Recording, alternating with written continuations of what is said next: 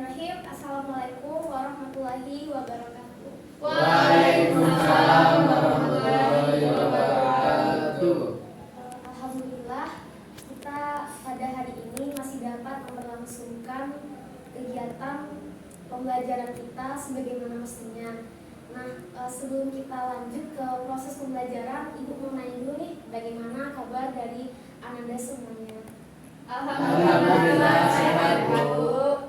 Alhamdulillah, baik. Sebelum kita mulai belajar, ada baiknya kita berdoa dulu ya. Barangkali ke ketua kelas, Joni, silahkan pimpin teman-temannya untuk berdoa. Ya, baik Bu. Baiklah teman-teman, sebelum kita mulai pembelajaran kita pada pagi hari ini, marilah kita berdoa menurut agama dan percayaan kita masing-masing. Semoga ilmu yang kita dapatkan pada pagi hari ini dapat pula kita ajarkan kepada orang lain. Berdoa dimulai.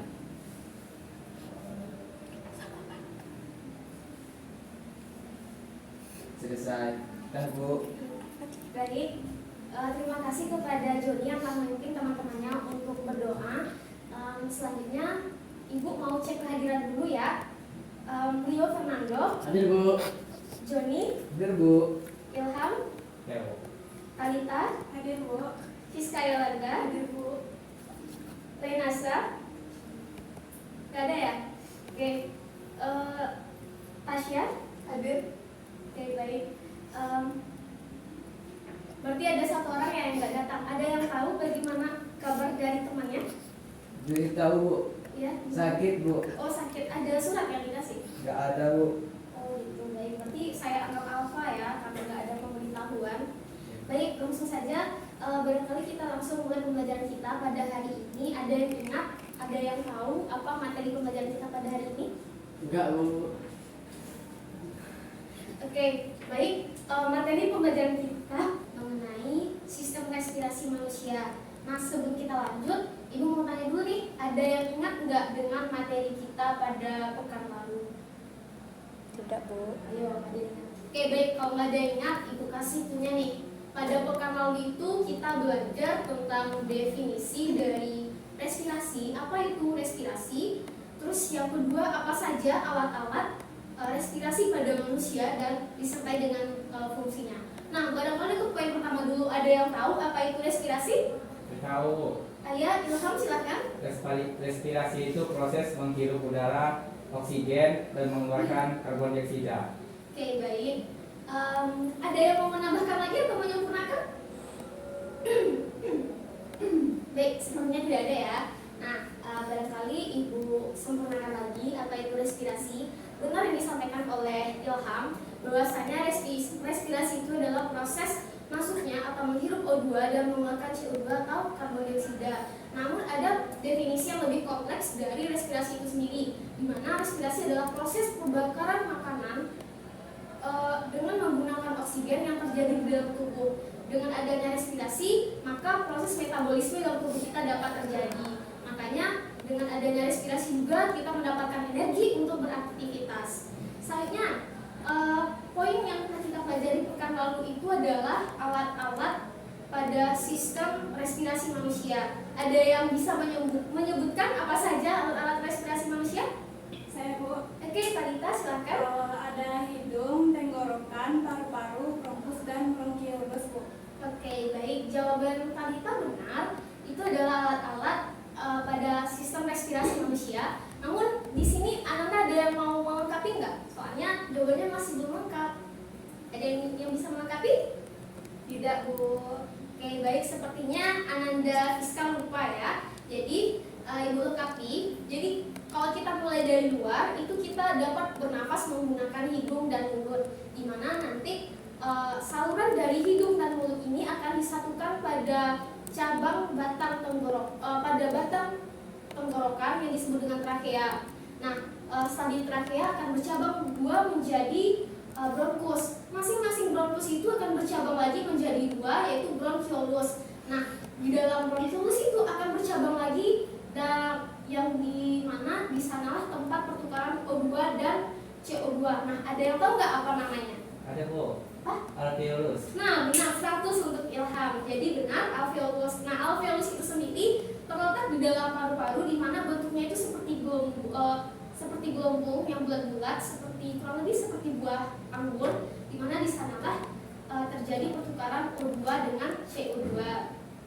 Nah, barangkali kalau untuk fungsinya Ananda semua sudah tahu ya, hidung tempat menghirup dan sekaligus menyaring udara yang masuk, begitupun dengan tenggorokan, diikuti dengan bronkus, bronkulus, dan paru-paru. Selanjutnya kita masuk pada materi pembelajaran kita pada hari ini, di mana untuk materi pertama itu yang Ibu akan menyebutkan terlebih dahulu tujuan pembelajaran kita pada hari ini ya, di mana siswa itu dapat mengetahui mekanisme pernafasan dada dan pernafasan perut. Yang kedua, siswa dapat mengetahui apa saja volume pada sistem respirasi manusia, dan yang ketiga, kelainan yang terjadi pada sistem respirasi manusia. Baik, Ibu mulai dulu dengan menulis istilah.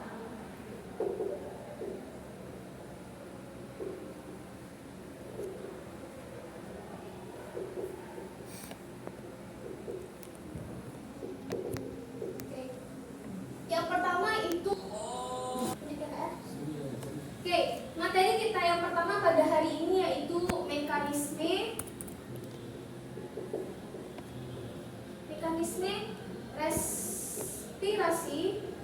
respirasi manusia. Dimana mekanisme yang pertama itu ada mekanisme respirasi pernafasan dada, dan yang kedua itu pernafasan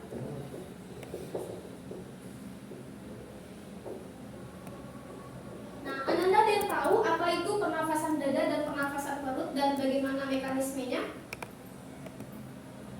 Tidak ada ya sebenarnya. Baik, akan dijelaskan saja secara langsung.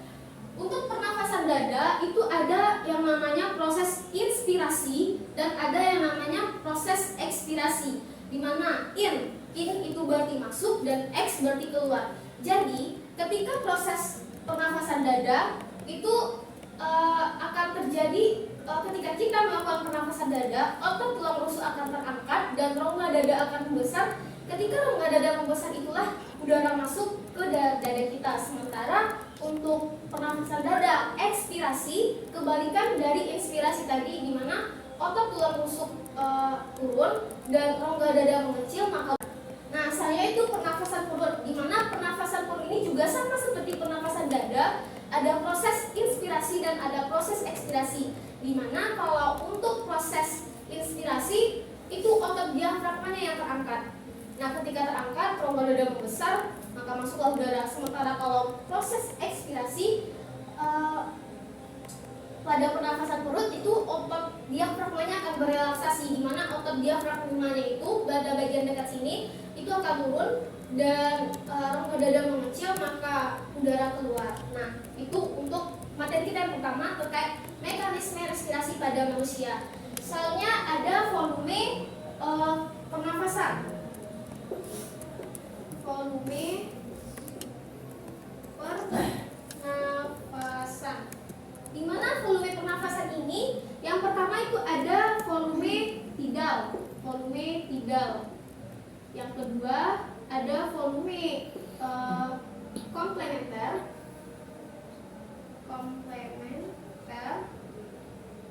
Yang ketiga ada volume suplementer.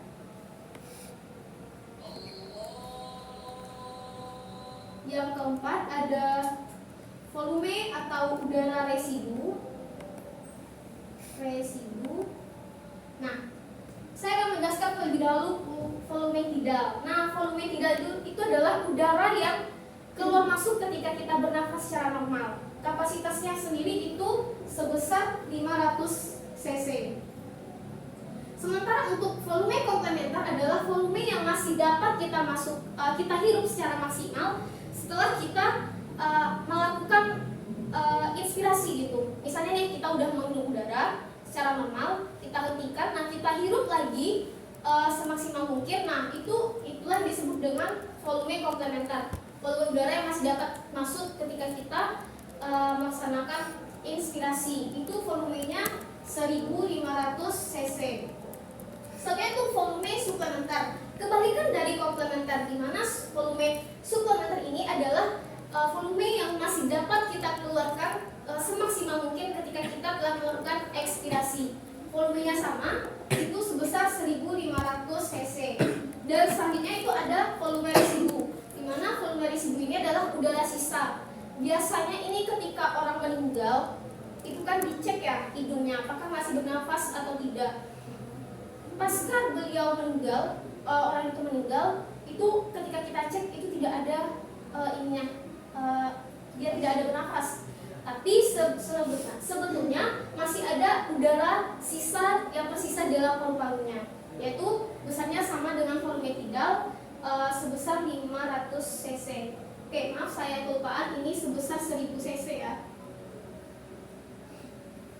Nah, dengan adanya volume pernafasan ini, ada yang namanya disebut dengan kapasitas vital. Kapasitas vital, di mana kapasitas vital ini sendiri adalah jumlah dari volume tidal ditambah dengan volume komplementer ditambah dengan volume suplementer, di mana total keseluruhannya itu berarti menjadi 4000 cc. Sementara juga ada namanya kapasitas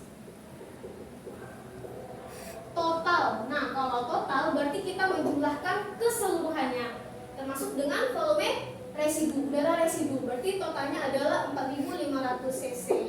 Nah, sejauh ini apakah Ananda paham? Paham, Bu? Oke. Ada yang ingin ditanyakan? Tidak, Bu. Oke, baik, alhamdulillah Anda dapat memahaminya. Soalnya kita masuk ke penyakit yang berkaitan atau kelainan yang berkaitan dengan sistem pernafasan. Nah, di sini Ananda ada yang bisa menyebutkan apa saja penyakit yang berkaitan dengan sistem pernafasan. Barangkali bisa nih kita temui di dalam kehidupan sehari-hari. Ayo. Ada yang bisa menyebutkan? Orang yang sesak nafas biasanya apa? Asma. Nah, benar yo, namanya asma. Nah, asma itu sendiri itu bukan terjadi secara dia tidak menular ya, asma. Banyak orang-orang di luar sana yang berpikiran adalah asma itu menular loh, jangan minum 1 gelas sama dia ya gitu. Tidak, asma tidak menular, melainkan asma itu sendiri terjadi karena penyempitan pada saluran pernafasan. Karena salurannya menyempit, makanya udara yang masuk susah, makanya terjadi ini ya sesak nafas pada seseorang. Nah, ada lagi nggak yang tahu apa penyakit yang berhubungan dengan sistem respirasi atau pernafasan pada manusia? Ayo. Biasanya kalau yang orang ingusan itu apa namanya? Hidup tersumbat. Pilek ya. Nah, itu juga ya, itu juga. Nah, perlu Anda ketahui ketika kita mengalami pilek ya atau influenza yang disebabkan oleh virus influenza, itu meskipun kita sedang tidak pilek, itu lendir itu tetap ada di dalam hidung kita. Dimana lendir itu sendiri volumenya tidak sebanyak yang ketika kita pilek. Namun fungsi lendir itu sendiri ada tahu nggak? Menyaring udara. Ada yang tahu ya? Oke, fungsi lendir itu adalah untuk menyaring udara yang masuk. Jadi selain ada bulu-bulu hidung hidung itu juga lendir tadi juga berfungsi menyaring udara yang masuk. Nah, barangkali itu materi kita pada hari ini. Berhubung Ananda semuanya tidak terlalu responsif menjawab pertanyaan dari Ibu terkait penyakit yang berhubungan dengan respirasi manusia, maka Ibu beri tugas, silakan Ananda buat, Ananda cari apa saja penyakit yang berhubungan dengan sistem respirasi manusia, dibuat pada kertas HVS, diketik dan dikumpul pada pekan depan. Sejauh ini apakah ada yang ingin Anda tanyakan atau sudah paham?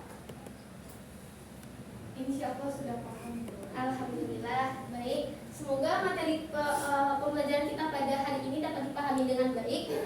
Untuk evaluasi pembelajaran kita pada hari ini, Bapak menyiapkan jurnal belajar di mana Anda dapat mengisinya dengan materi kita pada hari ini. Materi apa yang sudah dikuasai, materi apa yang belum dikuasai. Silakan dioper ke temannya.